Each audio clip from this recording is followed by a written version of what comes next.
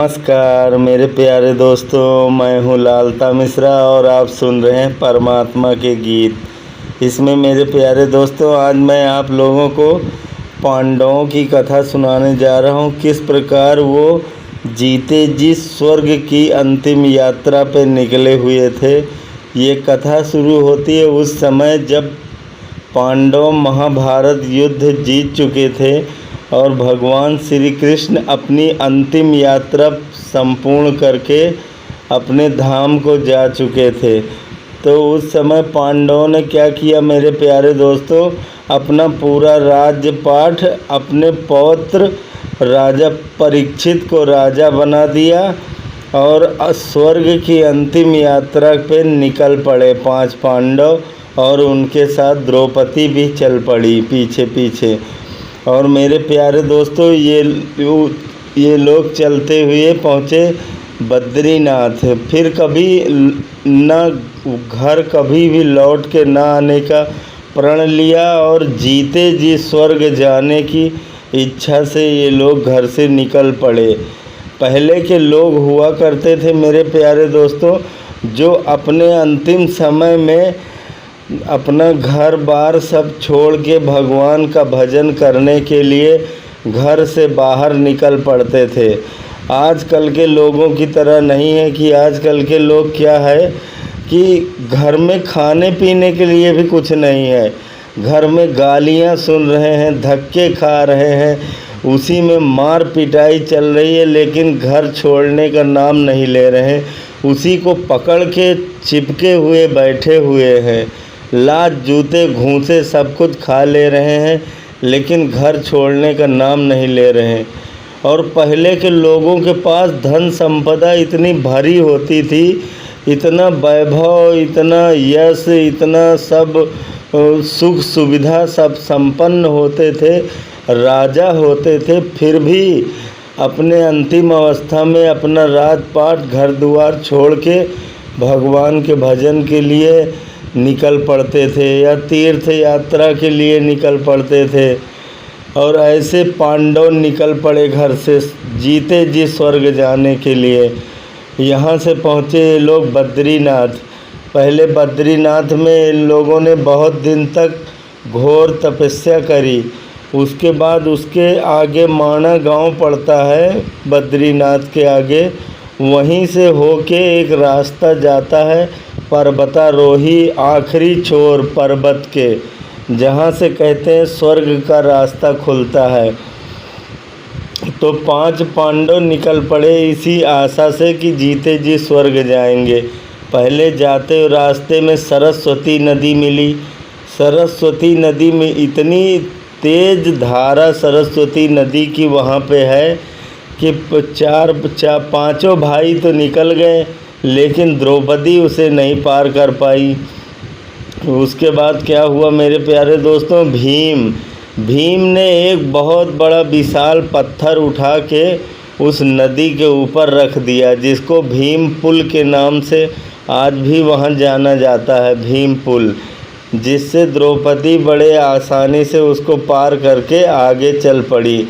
अब 5 भाई और द्रौपदी मिलके सभी आगे जाने लगे। थोड़ी दूर और आगे जाने पे इन लोगों को भोजपत्र का जंगल मिला। वह भोजपत्र जिस पे पहले वेद पुराण शास्त्र या बहुत वैसी चीज़ें लिखी जाती थी, उसका जंगल आज भी वहाँ पे मौजूद है। जो यात्री आज भी उधर जाते हैं वो बताते हैं वहाँ आज भी भोजपत्र का जंगल, ये सारी चीज़ें आज भी वहाँ मौजूद हैं। उसके आगे जब ये लोग गए मेरे प्यारे दोस्तों, द्रौपदी को बहुत प्यास लगी। अब पानी तो वहाँ कहीं था नहीं, प्यास के मारे द्रौपदी वहाँ गिर पड़ी रास्ते में।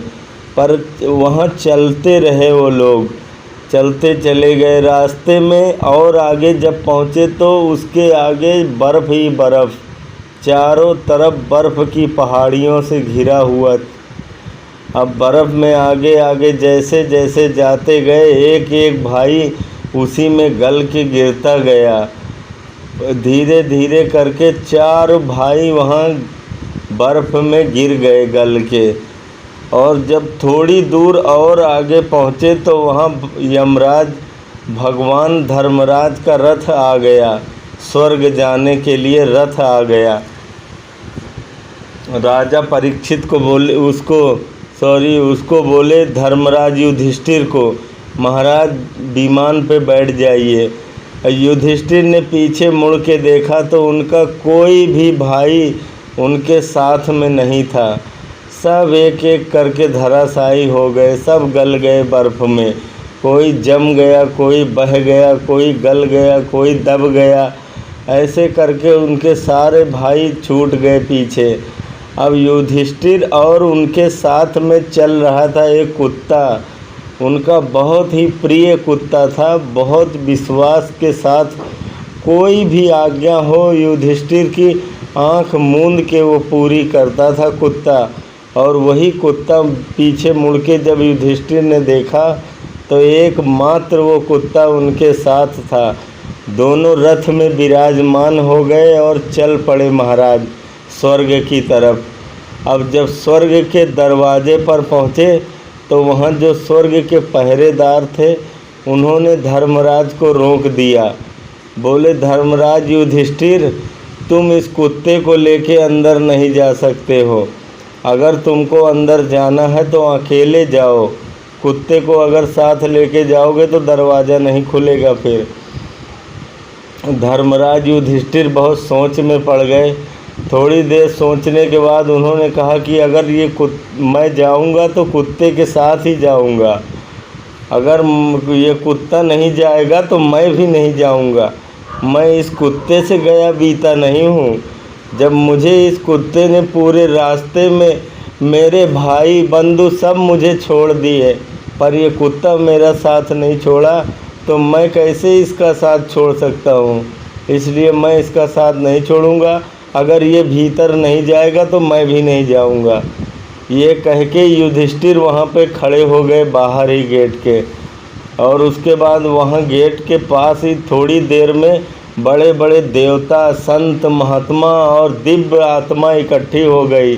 बोले धर्मराज, कैसी बात कर रहे हो तुम? इतने बड़े ज्ञानी हो के स्वर्ग के दरवाजे के पास खड़े हो तुम और इस कुत्ते के लिए मना कर रहे हो, स्वर्ग को ठुकरा रहे हो। देखो सभी देवी देवता तुम्हारे ऊपर हंस रहे हैं।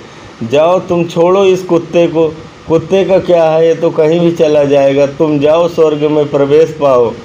पर युधिष्ठिर ने कहा नहीं महाराज, मैं अगर जाऊंगा तो कुत्ते के साथ ही जाऊंगा, क्योंकि कुत्ते ने जब मेरा साथ नहीं छोड़ा तो मैं भला इसका साथ कैसे छोड़ सकता हूँ।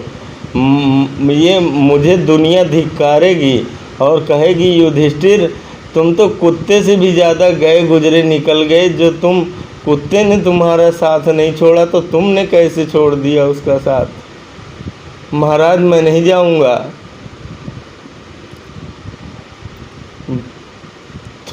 थोड़ी देर के बाद वहाँ जो कुत्ता था वो धर्मराज के रूप में प्रकट हो गया। वहाँ के जो स्वर्ग के मालिक हैं धर्मराज, वो कुत्ते के रूप में थे, प्रकट हो गए। बोले धन्य हो युधिष्ठिर, तुम धर्मात्मा हो। तुम्हारी परीक्षा हो रही थी। अगर तुम कुत्ते के बिना स्वर्ग में प्रवेश कर जाते तो फिर तुम ज़्यादा दिन तक स्वर्ग में न रह पाते। तुम कुत्ते को साथ ले जाना तुमने स्वीकार किया, इसलिए तुमने अपने लिए स्वर्ग के द्वार खोल दिए। धन्य हो तुम युधिष्ठिर, धन्य भाग है युधिष्ठिर जो जिसके कुत्ते के साथ प्रवेश। वो कुत्ता मामूली कोई नहीं, वो स्वयं साक्षात धर्मराज थे जो युधिष्ठिर की परीक्षा ले रहे थे। और जब वहाँ पे पहुँचे तो युधिष्ठिर कहने लगे प्रभु, मेरे सारे भाई और सारे बंधु वहाँ पे बीमार पड़े हुए हैं। कोई बर्फ़ में दब गया, कोई गल गया, कृपया करके उनको बाहर निकलवाइए। तभी धर्मराज ने कहा कि युधिष्ठिर पीछे तो मुड़ के देखो। जब युधिष्ठिर ने पीछे मुड़ के देखा तो उनका पूरा परिवार वहाँ पे उनसे पहले पहुँच चुका था स्वर्ग में। तो मेरे प्यारे दोस्तों, लोग तो बहुत हैं, पर ये धर्मराज युधिष्ठिर जैसा धर्मात्मा और कोई नहीं। ऐसे थे धर्मराज युधिष्ठिर। मेरे प्यारे दोस्तों, ऐसी और कथाएं सुनने के लिए आप हमारे चैनल को सब्सक्राइब कर सकते हैं। हम फिर मिलेंगे आपको अपने अगले वीडियो में। तब तक के लिए जय श्री राधे कृष्ण।